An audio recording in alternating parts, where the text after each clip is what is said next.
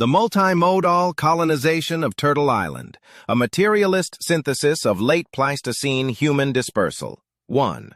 Introduction. Reframing American prehistory through a materialist lens.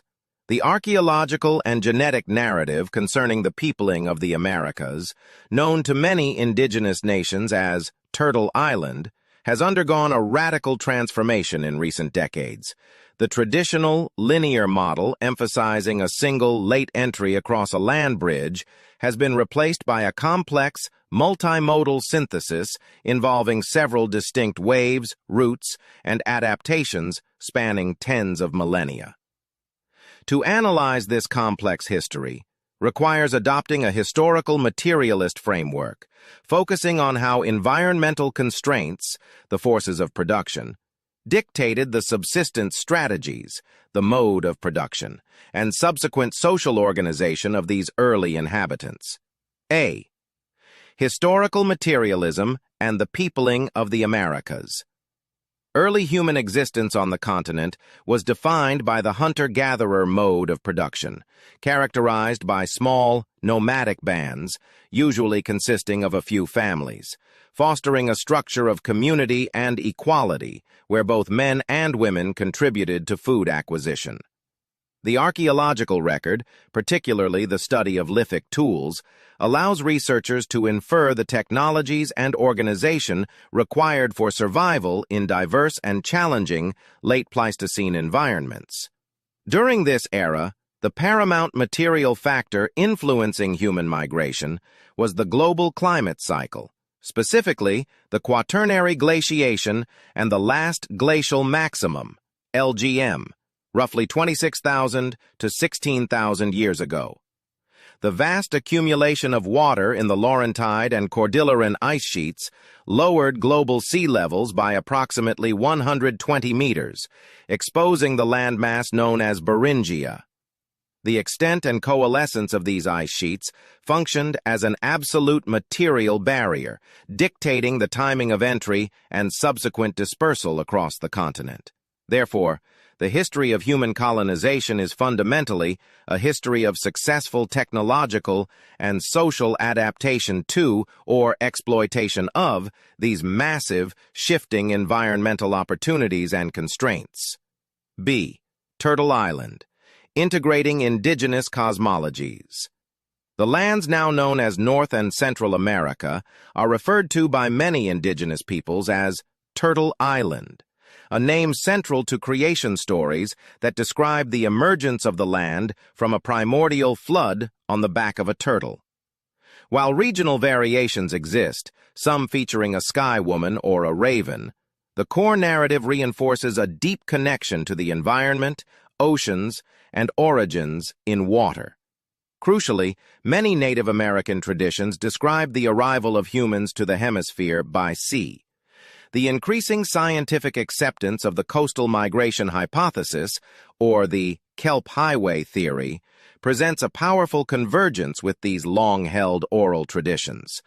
This convergence is significant because it lends credence to the sophisticated, high standards of transmission maintained by indigenous knowledge keepers and underscores that indigenous accounts can serve as legitimate and informative sources for spatial and temporal anchoring of ancient events.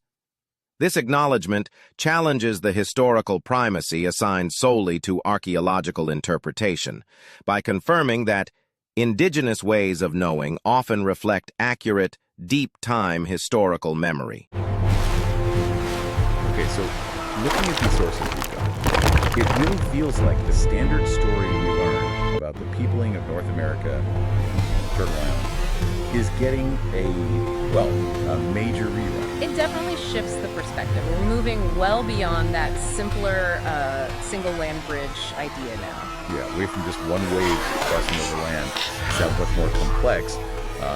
Multiple waves, different routes. Exactly. Several distinct waves happening over thousands of years. And the key constraint, the thing you always have to start with, is the ice. The last glacial maximum, right? The LGM. Right, peaking roughly 26,000 to 16,000 years ago. You had these enormous ice sheets, the Cordilleran and Laurentide, just massive barrier blocking the interior. So that ice-free corridor, the sort of pathway down the middle we used to imagine. That was completely blocked, impassable until maybe 14,000 years ago, give or take. Which creates a problem, doesn't it? Yeah. If people were here earlier than that and the land route was closed. How'd they get south?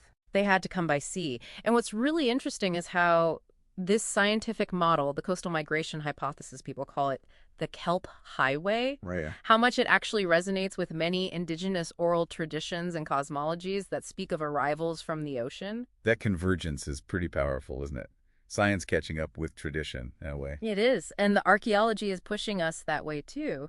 Take the White Sands site in New Mexico. Ah, yes, the footprints. That was a huge discovery. Huge, because we have human footprints, definitively dated, between 23,000 and 21,000 years old, smack in the middle of the LGM. So people were already south of the ice sheets while they were at their biggest. They were, which means their ancestors absolutely had to have bypassed that interior ice. They must have come down the coast. The Kelp Highway.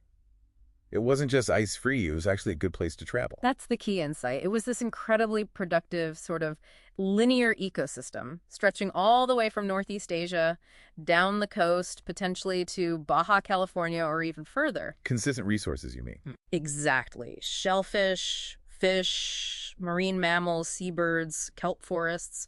People could follow this resource strip southward without constantly having to invent new ways to live every few hundred miles. Which would allow for relatively rapid movement, I suppose. That's the idea, and it fits with sites like Monte Verde down in Chile. Way down south. How old is that?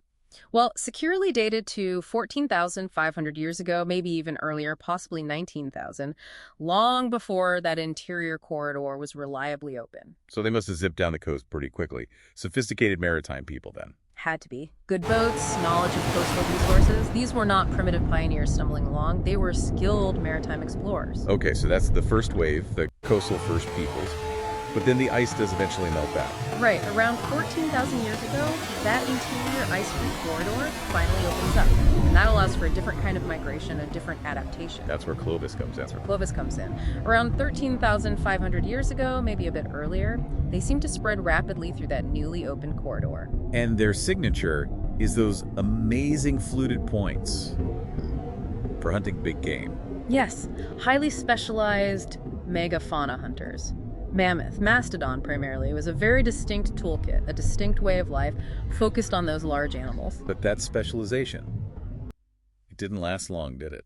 No, it was relatively short-lived. The Clovis culture seems to transform or disappear around 12,750 years ago, right around the time the megafauna were going extinct. Ah, so there's a direct link. The resource base vanished. It looks that way. It's a stark lesson, really, in the risks of over-specialization. When your whole system is built around one resource and that resource disappears. Your system collapses. You're forced to adapt or disappear. Exactly. And what we see after Clovis is a shift towards more generalized foraging, hunting smaller game, using a wider variety of plants, what archaeologists call the archaic period, diversification for survival. And even after Clovis, the story isn't over. There were later migrations, too. Oh, yes. We see later groups coming out of Beringia genetically and linguistically distinct from those initial first peoples, the ancestors of Nodine speakers, for instance. Like Athabascan speakers. Yes, including groups that made a major southward push much later, maybe only about 1,000 years ago. And then you have distinct Arctic migrations. The Eskimo Aleut group. Right. First the Paleo-Eskimos, and then later the Neo-Eskimos, or Thule culture, who were incredibly adapted maritime specialists in the Arctic. So, summing it up for you listening, it's not one single arrival. It's this complex picture of at least, 4 major streams? At least. You've got the initial coastal first peoples, then the Nodine ancestors, possibly using interior or coastal routes later, the Paleo-Eskimo Arctic groups, and finally the Neo-Eskimo or Thule culture. Each adapting differently to the environments and opportunities they found. Exactly. Technology, social organization, all shaped by the material conditions they faced. And sometimes those adaptations led to displacements. Like with the Thule. Yes. The Thule people, with their really advanced maritime technology, kayaks, umiaks, toggle harpoons, seem to have expanded rapidly across the Arctic around 800 years ago, largely replacing the earlier Paleo-Eskimo population. Their specialized Arctic toolkit was just more efficient in that specific environment. Which brings us to a final thought. We see this pattern. Clovis specialization collapses when its resource fails.